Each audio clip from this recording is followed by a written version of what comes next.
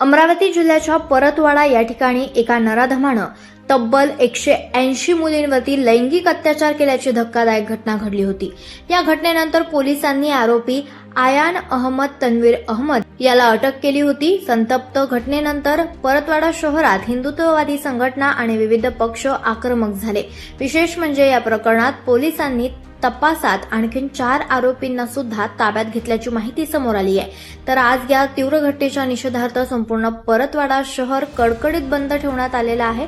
शहरात विविध ठिकाणी पोलिसांचा तगडा बंदोबस्त सुद्धा तैनात करण्यात आला आहे। या घटनेचा आढावा घेतलाय जनविकास न्यूजचे मुख्य संपादक किरण होले यांनी।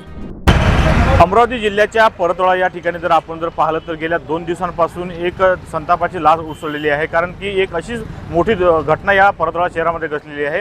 एका नराधमाने तब्बल 180 तरुणीवर लैंगिक अत्याचार करून त्या तरुणींचे तब्बल 300च्या जवळपास व्हिडिओ सोशल मीडियावर व्हायरल केलेले आहे। हे व्हिडिओ व्हायरल झाल्यानंतर संपूर्ण अमरावती जिल्ह्यासह महाराष्ट्रात मोठ्या प्रमाणात आक्रमक संपूर्ण संघटना राजकीय पक्ष सुद्धा आक्रमक झालेले आहेत।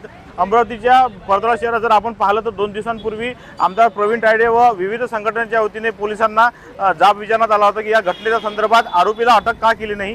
त्यानंतर पोलिसांनी या घटनेतील मुख्य आरोपीला अटक केले होते आणि आज या घटनेतील पोलिसांच्या माहितीनुसार 4 आरोपी पोलिसांनी या ठिकाणी ताब्यात घेतलेले आहेत। मुख्य आरोपी हा पहिल्या दिवशी ताब्यात घेतला होता आणि काल सायंकाळी 3 आरोपी पोलिसांनी ताब्यात घेतल्याची प्राथमिक माहिती समोर आलेली आहे। आणि या संतप्त घटनेनंतर आपण जर पाहिलं तर परतवाडा शहरामध्ये आज संपूर्ण व्यापारी असो संपूर्ण दुकानदाराच्या वतीने आज परतवाडा शहर बंद ठेवण्यात आलेले आहे। आणि यासह आपण जर पाहिलं तर परतवाड्यात कायदा व सुव्यवस्था सुरळीत राहावा यासाठी पोलिसांचा बंदोबस्त या ठिकाणी तैनात करण्यात आला आहे। आरसीपी या ठिकाणी तैनात झालेले आहेत। शहरात संपूर्ण शहरात विविध ठिकाणी पोलिसांचा बंदोबस्त या ठिकाणी लावण्यात आलेला आहे। आणि आज 11 वाजता परतवाडा शहरातील अचलपूर शहरातील या नगरपालिकेच्या समोर सर्व संघटना एकत्रित होऊन SP कार्यालय या ठिकाणी धडक देणार असल्याची सुद्धा माहिती आपल्या समोर आलेली आहे।